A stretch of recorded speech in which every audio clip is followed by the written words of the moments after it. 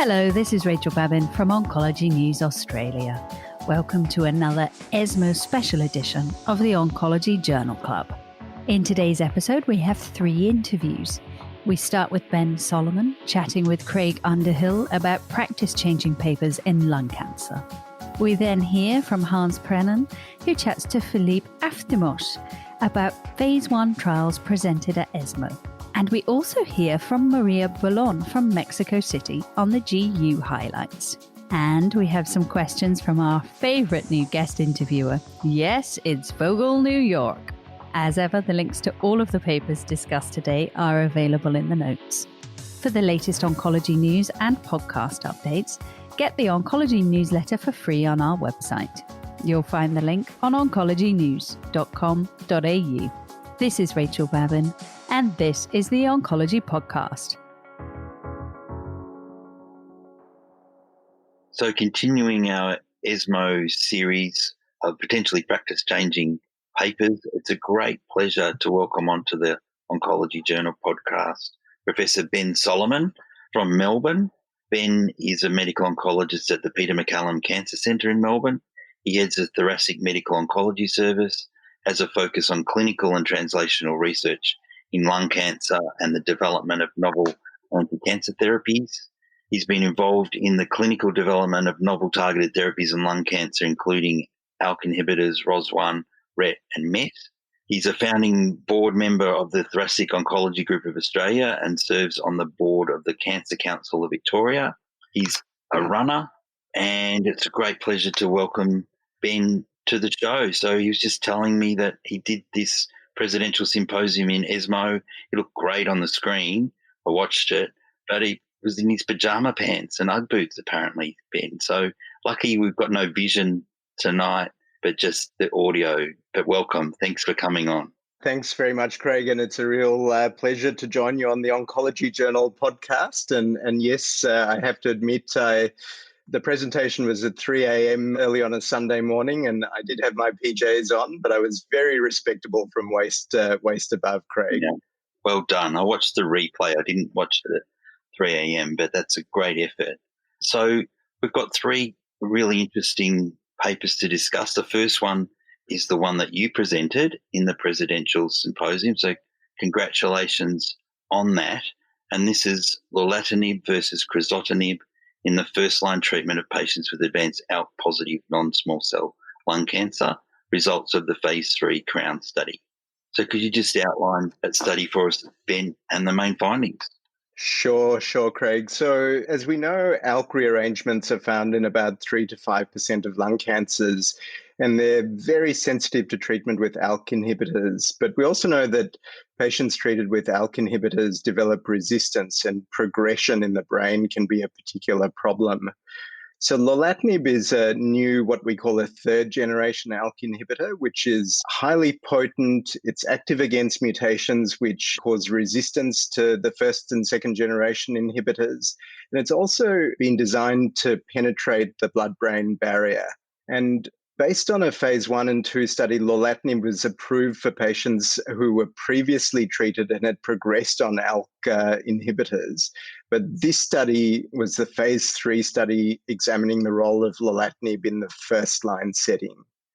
So what we did was we randomized 296 patients with newly diagnosed ALK-positive lung cancer to treatment with lorlatinib or to crizotinib.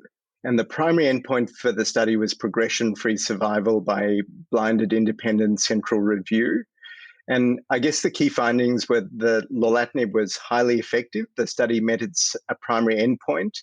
The hazard ratio for progression-free survival was 0.28, which was highly significant. So this translates to a 72% reduction in the risk of death or progression with lorlatinib. And there was benefit in all the subgroups, all the pre-specified subgroups, and the hazard ratio in patients with brain mets was particularly interesting. It was 0.20, and in patients without brain mets, it was 0.32. I guess some of the other findings were that the response rate was significantly increased with lorlatinib, 76% compared to 58%. And another particularly important finding, I think, was the activity in the brain. So in patients with measurable brain metastases, and I have to mention that brain metastases are problematic in lung cancer patients in general, but in particular in patients with EGFR and ALK lung cancer, we see them as significant problems. And about a quarter of patients on the study had brain mets at entry. And in patients with measurable brain mets, the response rate was 82% with lorlatinib compared to 23%, with a 71% complete response rate. And lorlatinib was also shown to delay development of new brain mets with a hazard ratio of 0.07 for time to intracranial progression. So really it showed efficacy both intracranially and extracranially. Yeah, so we might come back to talk about the effects on the brain mets after we talk about the next paper. But, these were really impressive curves. The Kaplan-Meier curves are really impressive. I asked a question in a symposium the other day. I said, how often do we see that? And in fact, someone pointed out that we're seeing that now with other ALK1 inhibitors as well. So could you just outline, there's quite a few drugs in this space, and where do you think this drug sits? That's a really good question, Craig. So we have to remember that, the control arm was crizotinib, and we showed back in 2014 crizotinib was better than chemotherapy, that time with a hazard ratio of 0.45. So crizotinib is an effective therapy. But there have been newer ALK inhibitors developed like alectinib and brigatinib, which are available and widely used in Australia. And the hazard ratio in those studies was around the 0.5 region. So it's difficult to make cross-trial comparisons, but this hazard ratio of 0.28 does seem to be different to what's been seen in the other studies. And maybe that's not surprising because we know that lorlatinib can be effective when alectinib or brigatinib fail. So, Ben, do you think this is the front-runner drug now? Or, is this just one of the others? Like, to borrow Kath and Kimmy's, we've got your footy Franks, your Savoys, your little boys. Is this just another Frankfurter, or is this the prize-winning Ratwurst from Frankfurt by Kel Knight? They are fun. Is this going to be the front runner? Yeah, I think it's a good question, even though I'm not quite sure I quite followed the Frankfurter's varieties. I think the question of sequence is an open question because we have very effective drugs such as alectinib and brigatinib available, and there's one option is to use lorlatinib in the context of progression on those drugs. But I think more and more we're moving to the strategy of using your more effective drug first, because otherwise you may not get a chance to use it later on because patients can progress very quickly. And I have to say, progression in the brain is a particularly devastating thing for patients. So if you can prevent that, that's important. But I think a caveat is that lorlatinib does have a different toxicity profile, and it's important that people learn how to manage that toxicity profile. And things like hypercholesterolemia and some of the cognitive effects are different toxicities that are very manageable, but it's important to be aware of them and be proactive in dose reducing, for example, to manage the cognitive effects and using the right statins to deal with the cholesterol effects. Great. Thank you very much. And so if we move on then, speaking of brain mets, let's talk about late-breaking abstract 1, osimertinib adjuvant therapy in patients with resected EGFR mutated non-small cell lung cancer, or DURA, central nervous system disease recurrent. So again, would you just like to outline the study and the main findings for it?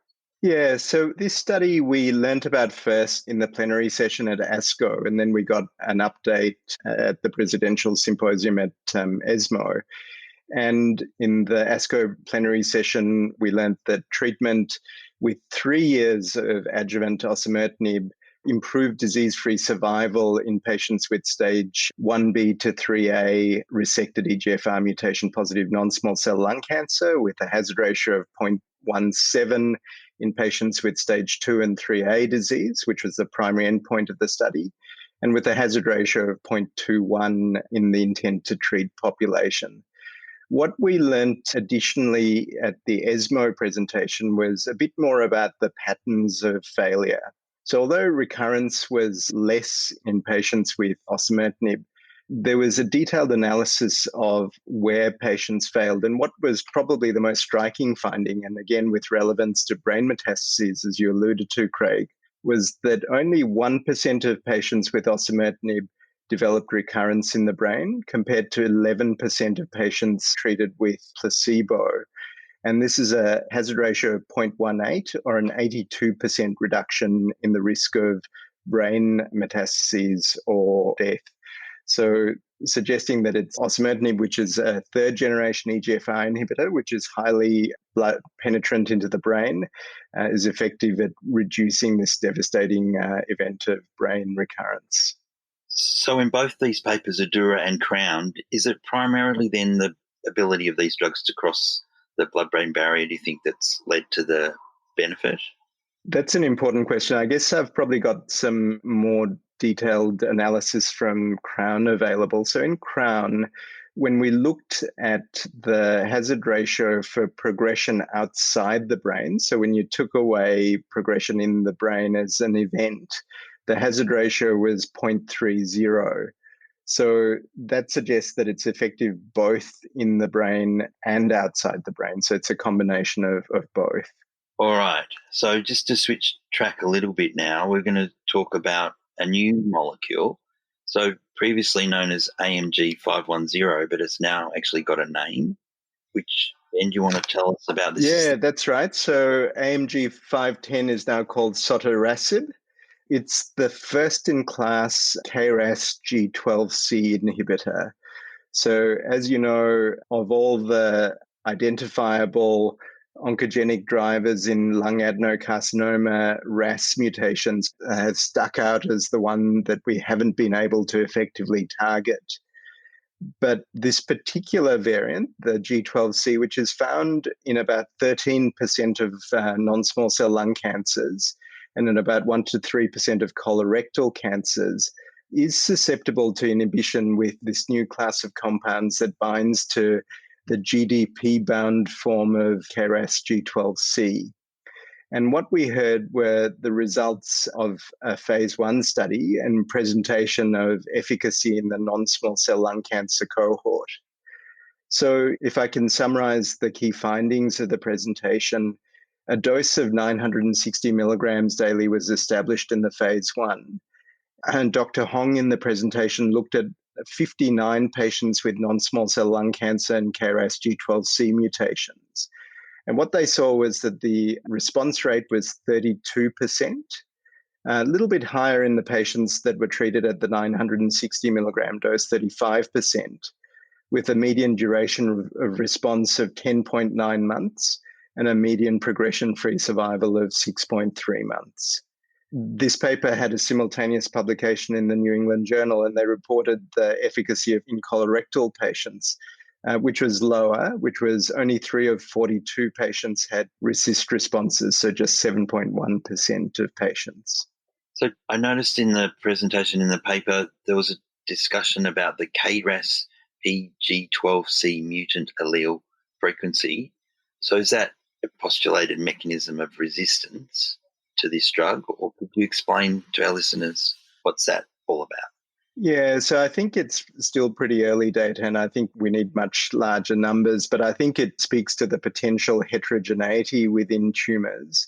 So if you have a high allele frequency, then essentially all the tumour cells have the mutation present, whereas a low allele frequency can either be seen when the sample you analyse is a mix of tumour and non-tumour and you dilute it out, or if the tumour is heterogeneous.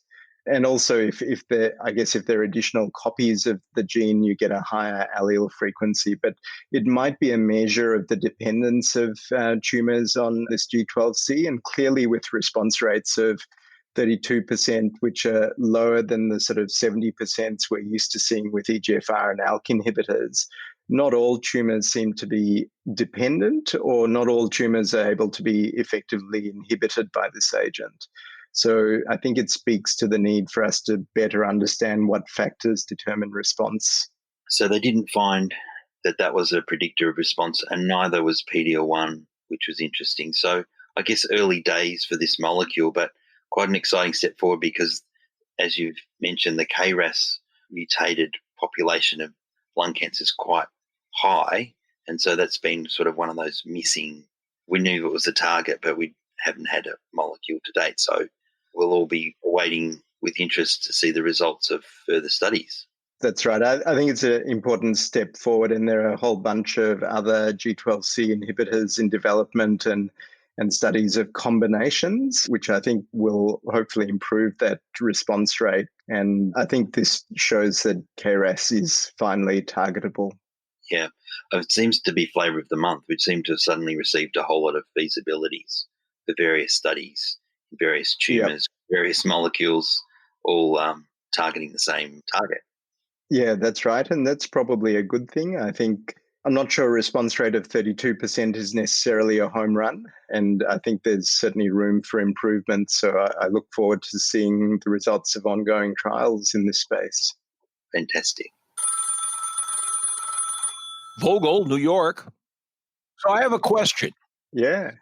Ben, it's Vogl, New York. I wish everyone could see the look of shock on your face, Ben, because you look quite amazing. Go ahead, answer him. So lorlatinib seems nice. It's not nice for brains, right? It prevents the emergence of brain metastases, but it really has bad cognitive effects. Is this a better drug than alectinib? Yeah, so that's a good question. So I think it's better in terms of efficacy, including in the brain. So there are patients who've developed leptomeningeal disease on alectinib that respond to lorlatinib, and similarly with parenchymal CNS disease. So does that mean it's better or it's just different?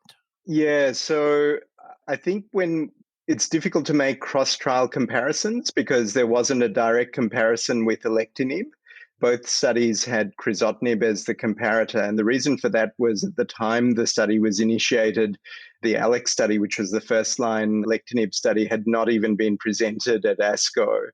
So comparative statements across trials are difficult to make, but the hazard ratio of 0.28 compared to a hazard ratio of 0.49, the CNS efficacy as well suggests that it's probably more effective, but the toxicity profile is different.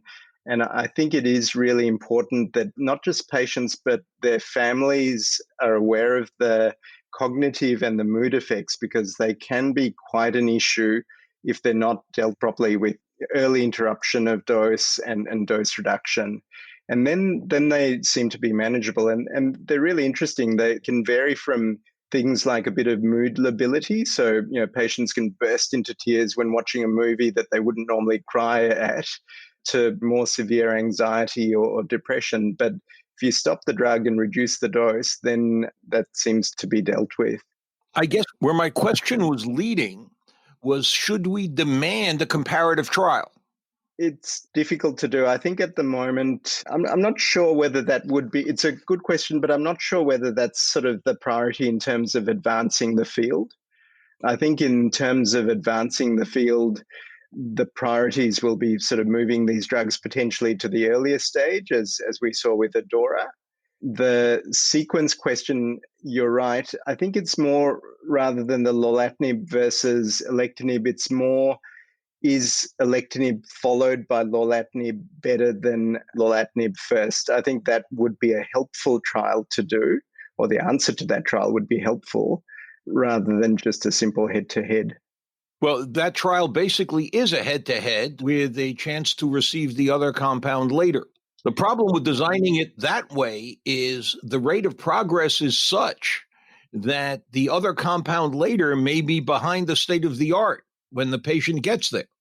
Absolutely. And that's what already happened with the lorlatinib trial. And, there's some there is a fourth generation compound that's in development as well. So I think it's a good problem that we have, that the field moves so quickly, but sometimes the field moves quicker than we can gather robust phase 3 evidence. So I always am most worried about what I'm going to do to the patient this week. So it would be helpful to find out if one drug makes more emissions than the other, and if the patients who take it think it's worth the toxicities. So that's why a comparative trial is so good, because at least you can control how you evaluate the toxicities. Just a pitch. It's very hard to get drug companies to pay for a trial that they might lose, that the other company's drug may win. I think those are really important information, and agree that that's the best way to get it. Well, Ben, it's been fantastic. Thank you so much for giving us the time, and thanks so much to Vogl New York for dialing in, and we'll let you get back to the football, Ben.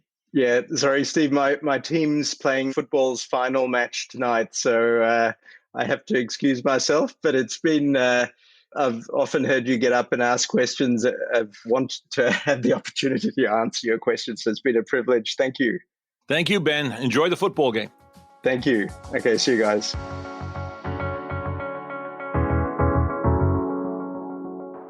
So thank you, Phillippe Aftimos, for being here for this interview. I would like to introduce him as the head of the Clinical Trial Conduct Unit in the Bordet Institute in Brussels, Belgium, where he's leading the phase 1 unit. He sees a lot of patients there and have a lot of clinical trials. So, Phillippe, I think you also followed the ESMO 2020 virtual like everybody else. And is there something in the field, so in, let's say, phase 1 or basket trials of early drug development that caught your attention and that you want to discuss with us? Hi, Hans. So first, thanks for the opportunity. So ESMO was really special this year. It was the first time virtual. And I thought it was quite interesting because we could follow all the sessions. When you're running around at the conference, you often don't have time, and there it's on demand. So I caught, 3 abstracts caught my attention. And as you said, they're in new drug development. There was different types of anti-cancer drugs. And they are basket trials. And that's a new concept of clinical trials where you use the same drug in different settings, not looking at the histology of the cancer, but mainly at molecular alterations. And actually, the 3 abstracts I selected, 2 of them were based on specific molecular alterations, so true basket trials. And the third one is like a phase 2 study with the same combination in different types. So the first one was about the activity of the TRK inhibitor entrectinib intracranially in CNS metastasis, in the metastasis of the central nervous system. So this is an unmet need in solid tumors. When we have brain mets, many drugs don't work for different reasons, either the biology or pharmacologically. Entrectinib is an inhibitor that was developed against a molecular alteration that is called the NTRK fusions. Those are the NTRK1, 2, and 3 fusions. Very rare, 0.3% of solid tumors. Entrectinib is not the only drug. There's another drug called larotrectinib that's also used in this setting. Both drugs are approved. And there were 3 main studies with entrectinib, and they looked at the patients in these 3 studies that had the CNS metastasis. And they were interested in the response rate and the activity of this drug. When we look at the inclusion criteria, it was quite classical for clinical trials. So the patients should have had either asymptomatic brain mets or previously treated brain mets. In this cohort, in these 3 patients, in these 3 studies, they found 16 patients. And the objective response rate was about 62% when the disease was measurable in the brain. So almost 2/3 of patients with brain mets had tumor shrinkage. And that's quite interesting and impressive. The duration of response was 8 months. And while you've worked with these drugs, we know that some of the adverse events can be neurological. And in these patients with brain mets, there were no additional neurological adverse events. So this is why I thought that this abstract and this presentation was quite interesting and quite promising for the future. And do you think there is a difference with larotrectinib and entrectinib in this scenario? I've seen also data on the efficacy of larotrectinib in CNS metastasis. I think the main difference between the drugs is that larotrectinib is more specific is actually specific for the the NTRK fusions, while entrectinib also targets other fusions. This is interesting because it targets ROS1 and ALK, and we know that these are genomic alterations that are enriched in lung cancer that also has a high prevalence of brain mets. So I think that's the only difference between the 2 drugs, the specificity to the target and not the activity. No, I fully agree that this is a very interesting field. The goal is to find patients with these alterations. That's a very, very, very rare alteration indeed. So what's the second abstract that you looked at? So the second abstract is again a basket study coming from the French program called ACCES. That's a program that's a collaboration between pharma and academic groups in France, where pharma provides drugs to genomic-driven cohorts. And what they presented is the activity of the anti-PD-1 monoclonal antibody, so it's a checkpoint inhibitor, nivolumab, in solid tumors that have mutations in the POLE gene, so POLE. These are mainly proofreading defects, and this is when the mutation occurs in the exonucleasic domain. What happens is that there's an accumulation of missense and nonsense mutations. This leads to a high tumor mutational burden, and we already know that immunotherapy works better when you have a high tumor mutational burden.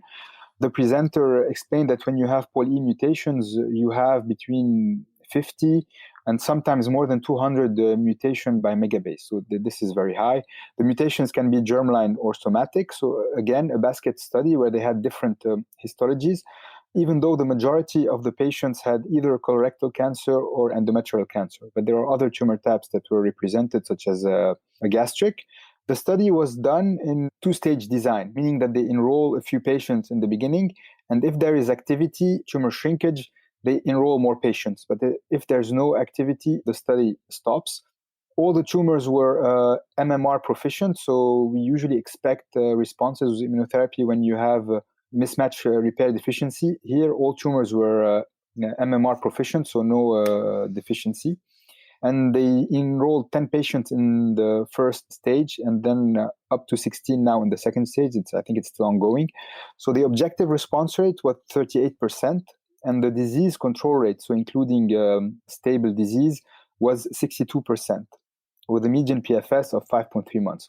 So again, I think this is proof that this is something we thought would occur, but this is proof that these POLE mutations are sensitizing mutations to immunotherapy.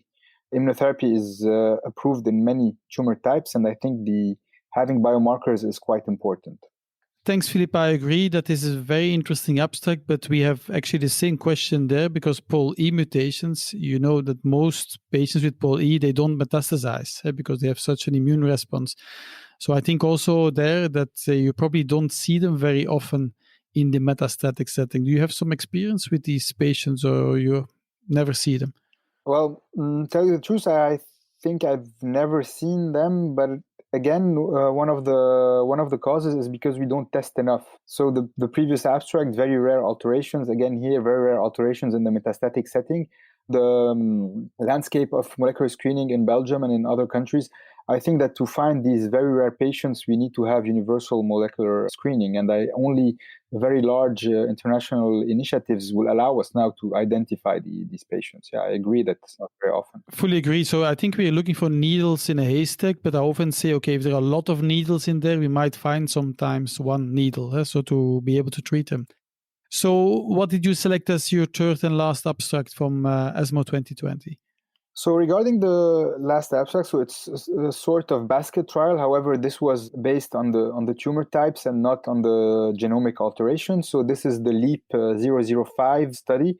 It's a phase 2 study with different cohorts, with different tumor types, testing the combination of lenvatinib and pembrolizumab. So lenvatinib is an anti-angiogenic multi-target kinase inhibitor, and pembrolizumab, an anti-PD-1 monoclonal antibody. And they had different cohorts, so these were all advanced cancers, most of them heavily pretreated, so in a setting where treatment is an unmet need, in a very resistant setting. This was triple-negative breast cancer, ovarian cancer, gastric cancer, colorectal cancer, biliary tract cancer, and glioblastoma. There's a lot of preclinical rationale that support the combination of immunotherapy and anti-angiogenic therapy, where probably anti-angiogenic therapy turns a cold tumor hot because of access to the immune cells. Quite large study, so the results pertain to 187 patients. What was interesting is that in ovarian cancer and colorectal cancer, some patients, there was a good percentage of patients that already received an anti-angiogenic therapy, which is bevacizumab, which is standard of care.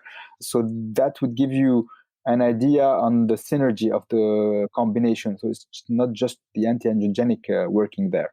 And you've had responses across all the cohorts. So again, this was a study in a two-stage design. If you didn't see activity in one cohort, it was closed. And all cohorts went to the second step. And the goal is to enroll in every cohort 100 patients. That's what the presenter explained. So in TNBC, I think it was beyond the second and third line. So in triple-negative breast cancer, quite a resistant setting. The objective response rate was 29%. with a PFS of 4.2 months. So this is promising in a very difficult clinical scenario. Ovarian cancer, 32%, objective response rate. The gastric cancer was less. This was 10%, colorectal, 22%, and biliary tract, 10%. Now, in glioblastoma, we know that the central nervous system primary tumors are quite resistant and tough to treat. Response rate was 16%, so highly promising, with a duration of response in the study that was 3 months. When you look at the adverse events profile, this was something that was expected with the two agents, nothing additive. There were some immune-mediated adverse events related to pembrolizumab, but not more prevalent than in the monotherapy studies. And discontinuation based due to adverse events was not very high. It was only 5% in an advanced cancer setting. So I guess this combination is going to move forward in specific disease types, probably in the phase 3 setting. And I thought that that was quite interesting. I fully agree that the response rates are quite promising for these two combos, which on itself have no real place in all these tumor types. And even in colon cancer, we see some responses. So I think it would be interesting to know which patients respond to these drugs. Do you know if they looked at some companion diagnostics, if they looked at TMB or other biomarkers, or let's say PD-L1 or something else, to know which group will respond and which will not? Well, I did not see that in the presentation, and I'm not aware of their current translational research, but I expect them to do that. I don't know the answer. Yeah. They did not present that. But I fully agree. This is a very, very interesting topic. So thank you, Phillippe, very much for this 3 abstracts that you discussed on everything which is new in, let's say, basket, early drug development on the virtual meeting of ESMO 2020. Thanks, Phillippe. Thank you.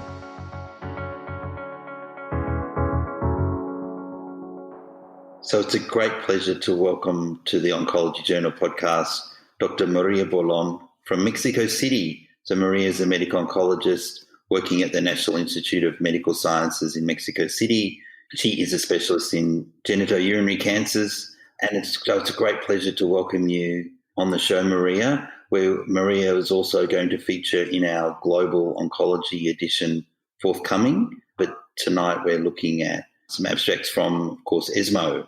Maria, the first one we're going to talk about is nivolumab and cabozantinib versus sunitinib, first-line treatment for advanced renal cell carcinoma, the first results from the randomized phase 3 Checkmate 9ER trial.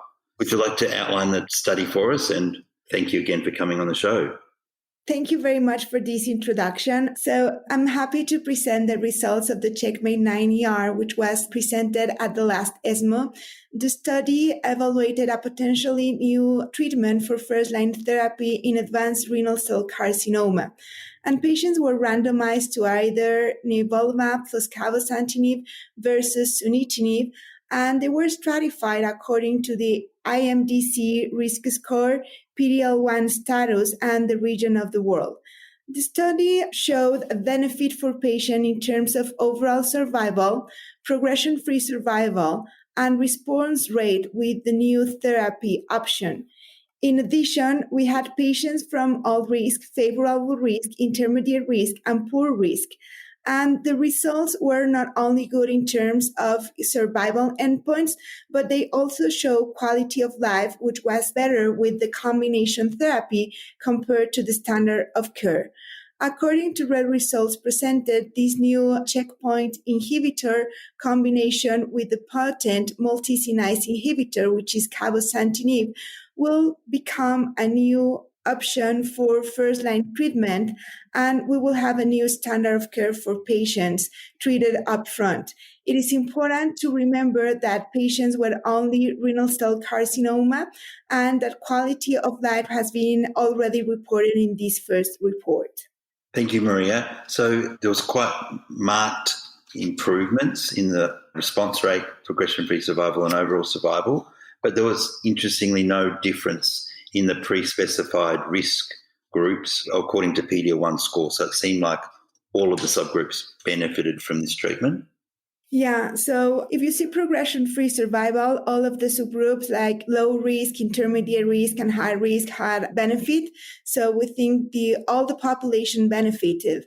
it's kind of different to see the percentage of PD-L1 positive and PD-L1 negative in this study compared to the axitinib and pembrolizumab and the nivolumab and ipilimumab we had before. But the benefit was across all groups, so potentially it is a new standard of care for these patients. So it was quite short follow-up. So, I mean, from the title, this was the first look. So do you think we have conclusive results from this study now? I think we'd have 18 months follow-up, which already show a survival benefit and a progression-free survival benefit. Of course, if we look at ipilimumab, nivolumab, they all have already long-term follow-up. So they have more mature data in terms of long-term responses. And of course, if we see pembrolizumab, axitinib, they also have a longer follow-up in their last report at ASCO. But I think at this point, 18 months, we already have a benefit in terms of overall survival, progression-free survival, and response rate. We still need to have more mature data in order to say whether those complete responses and whether those partial responses are sustained over time. But I think at this point, we have enough data to say this is a combination that improves overall survival and progression-free survival for patients. So, Hans, are you keeping up with all this? Yeah. I have a very small question, Maria. Do you know in the study non-clear cell carcinomas, were they also included or not? So it's clear cell carcinoma, and they could have sarcomatoid histology at any proportion, but we don't have non-clear cell. So that's we don't have much data than the non-clear cell carcinoma. Yeah, we don't have data on the checkmate for ipi-nivo combination. We don't have data on the pembro-axi combination, and we don't have data on the cabo-nivo combination. So mainly, non-clear cell histologies other than sarcomatoid histologies that were included, they're mainly treated according to retrospective data, analysis of real life. So we don't have these patients included in these trials. So luckily in Australia we have some national studies for the non-clear cell patients because we don't have any approved drugs in that group. So it's a real unmet need. So patients are usually referred to a centre with clinical trial. So from the excitement of this renal study, we'll move now to a little bit of disappointment. In urothelial carcinomas, Maria, there was 2 papers presented. The first one is Danube, a phase 3 randomised open-label study, first-line durvalumab with or without tremelimumab versus standard of care chemotherapy in patients with unresectable, locally advanced or metastatic urothelial carcinoma. Would you like to just briefly outline that for us? Okay, so another important trial that was presented was the Danube trial. So it was a phase 3 randomized open-label study of first-line durvalumab with or without tremelimumab versus the standard of care chemotherapy. In this trial, patients were stratified according to cisplatin eligibility, PD-L1 status, and of course, the presence or absence of lung metastases. So the co-primary endpoints were overall survival and overall survival among the different arms, and selected secondary endpoints were progression-free survival and overall response rates. The analysis presented during this meeting revealed that this trial was negative. In summary, for its co-primary endpoints of overall survival in the durvalumab monotherapy versus chemotherapy and the combination of durvalumab and tremelimumab, the combination of IO versus the chemotherapy in the intention to treat population. These were intriguing results because from the secondary endpoint analysis, the combination of immunotherapy in the high population warrants further investigation, but still this is a negative trial and we cannot say that this combination therapy is better than what we had for the last decades, which is that the first-line treatment for this patient is chemotherapy. So unfortunately, this IO combination did not perform better than chemotherapy as expected. So another negative study in the same session, pembrolizumab combined with chemotherapy versus chemotherapy alone as first-line therapy for advanced urothelial carcinoma, or Keynote 361. So unfortunately, at ESMO for bladder cancer, we had several negative studies, and this time pembrolizumab had no additional benefit in combination with chemotherapy for advanced urothelial carcinoma. Yeah, so Quite a lot of disappointment because with the activity in the second line for immunotherapy and the results of Javelin presented at ASCO with the so-called switch maintenance avelumab, we were hoping that these first-line studies would be positive. So, we haven't really moved things along as much as we could have hoped. So for the benefit of our listeners, we'll put a link to the Javelin 100 data as well, just to remind people of that. I think it's kind of intriguing for the urologic oncology community. Everybody was expecting from the IMvigor and then this study presented at ESMO, the keynote, that the combination of IO with chemotherapy was going to be superior. And I think it's shocking to see that they're not have a benefit in overall survival in contrast to what we see at the Javelin study. But I think the Javelin study selects patients with good prognosis because actually they're patients with 4 or 6 cycles with a response rate acknowledged with cisplatin therapy. So first of all, we are selecting patients according to their response, and those patients who are receiving avelumab maintenance then are the ones living longer than those that are receiving just observation, which used to be the standard of care after chemotherapy in bladder cancer. I think Maria is going to tell us about 2 studies presented, and the first one, actually both were presented by Dr. De Bono. The first one, though, is final overall survival analysis of PROfound, olaparib versus physician's choice of enzalutamide or abiraterone in patients with metastatic castrate-resistant prostate cancer and homologous recombination repair gene alterations. Maria, do you want to outline this study for us? Of note, of course, this will be of interest to some of our Australian listeners because there were some sites in Australia for this study. Okay, so we're going to talk first about the PROfound study. As we all know, loss of function of alteration in HRR genes are associated with a response to PARP inhibitors. So the PROfound study randomized patients to receive either olaparib versus enzalutamide or abiraterone in patients with metastatic castrate-resistant prostate cancer who had progressed after a prior new hormonal agent such as abiraterone or enzalutamide. Patients' primary endpoint was radiographic progression-free survival, which was reported previously, and then they were also analyzed according to overall survival at these final analyses.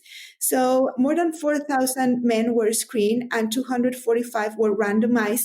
We need to remember that we had different cohorts. Cohort A, we had patients with BRCA mutations, especially BRCA1, BRCA2, and ATM, and Core B, we had many other HRR alterations included.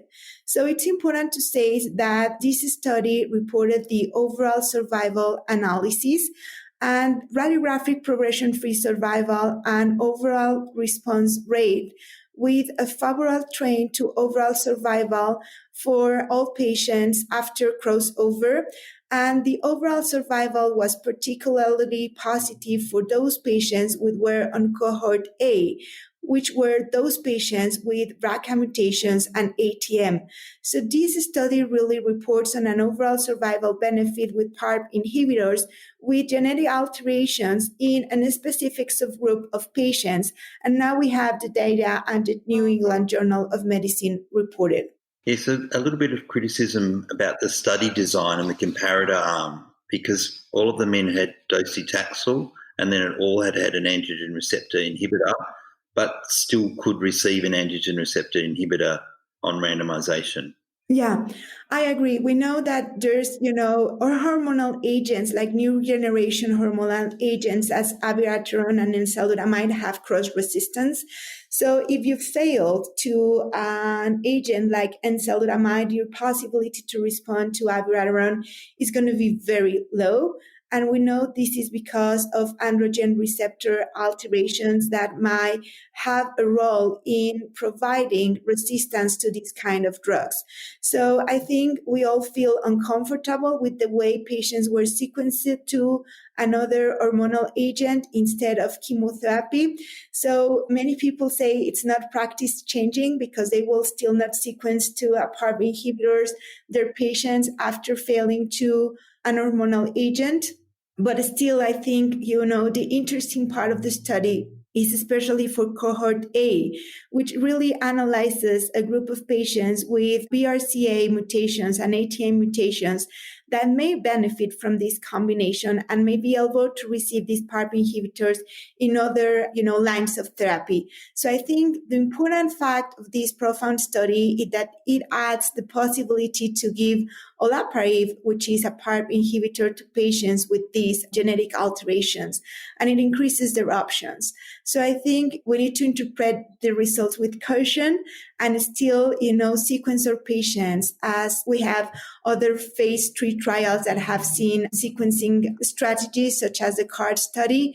So we still have that data that's for all the population, which is stronger. So probably this is going to remain as the data we want to have for patients with genetic mutations, which is around 6 to 12% according to which part of the world you live. So Maria, actually, that was one of my questions. How frequent are these DNA alterations? The most frequent one is BRCA1 and BRCA2. Or can you elaborate a little bit on the frequency of these alterations in prostate cancer?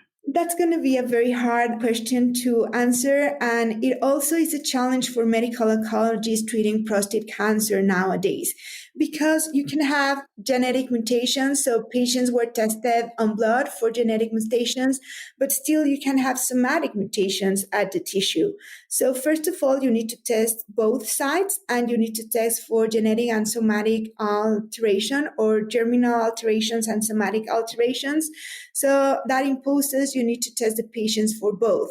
So we think it's about 6 to 12% the possibility you'll get one of those overall. So it's very hard because we usually have European or North American data. But for example, if you think as for Latin American data, we don't have any data as of how frequent, these alterations might be and how useful this is going to be for the overall prostate cancer population. Thank you, Maria. And then the fifth and final abstract we're going to look at is called iPotential 150, phase 3 study of ipatasertib. Did I say that right, Hans? Ipatasertib plus abiraterone. Yeah. Plus pronouncing some terms is quite difficult for me as a non-English native speaker. You know that. Well, it's difficult for me, and I'm apparently an English speaker. Ipatasertib plus abiraterone versus placebo plus abi in metastatic castrate-resistant prostate cancer. Again, presented by Dr. De Bono. So, Maria, tell us about the study. What's the drug? What's the target? This is something that we haven't heard a lot about in the past. So we're going to talk a little bit about this ipatasertib trial in prostate cancer. As we know, in advanced prostate cancer, most drugs have targeted the androgen receptor.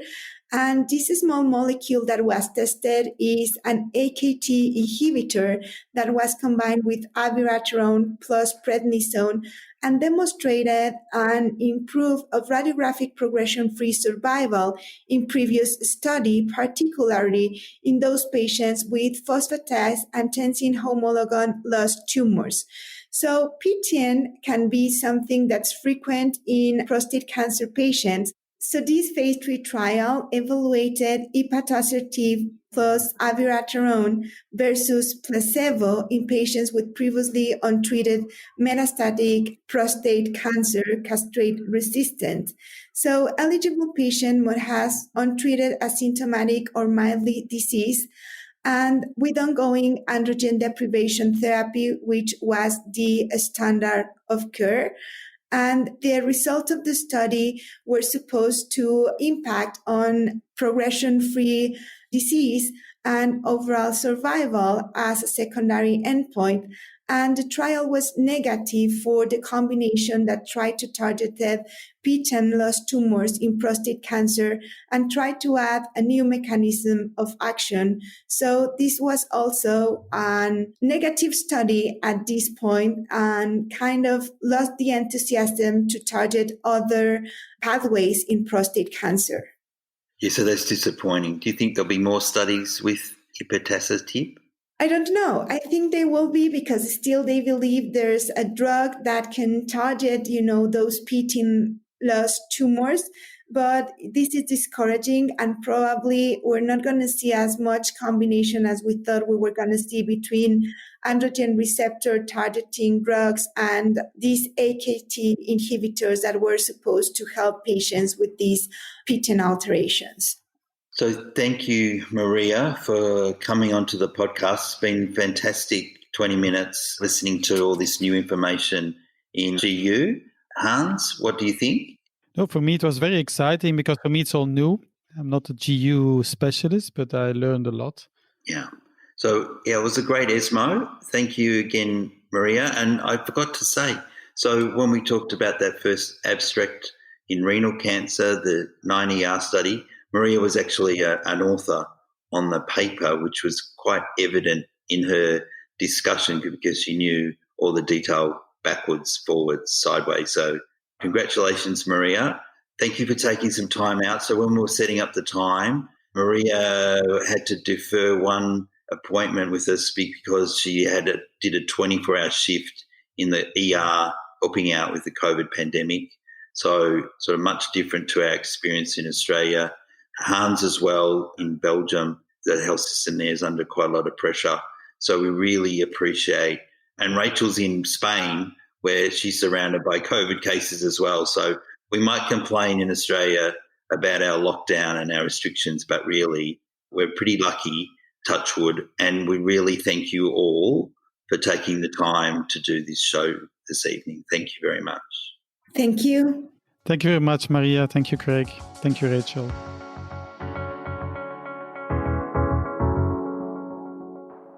See you next time on the Oncology Journal Club podcast. You've been listening to the Oncology podcast. If you enjoyed today's edition and would like to subscribe, head over to our website, oncologynews.com.au, and sign up to our newsletter. Thanks for listening.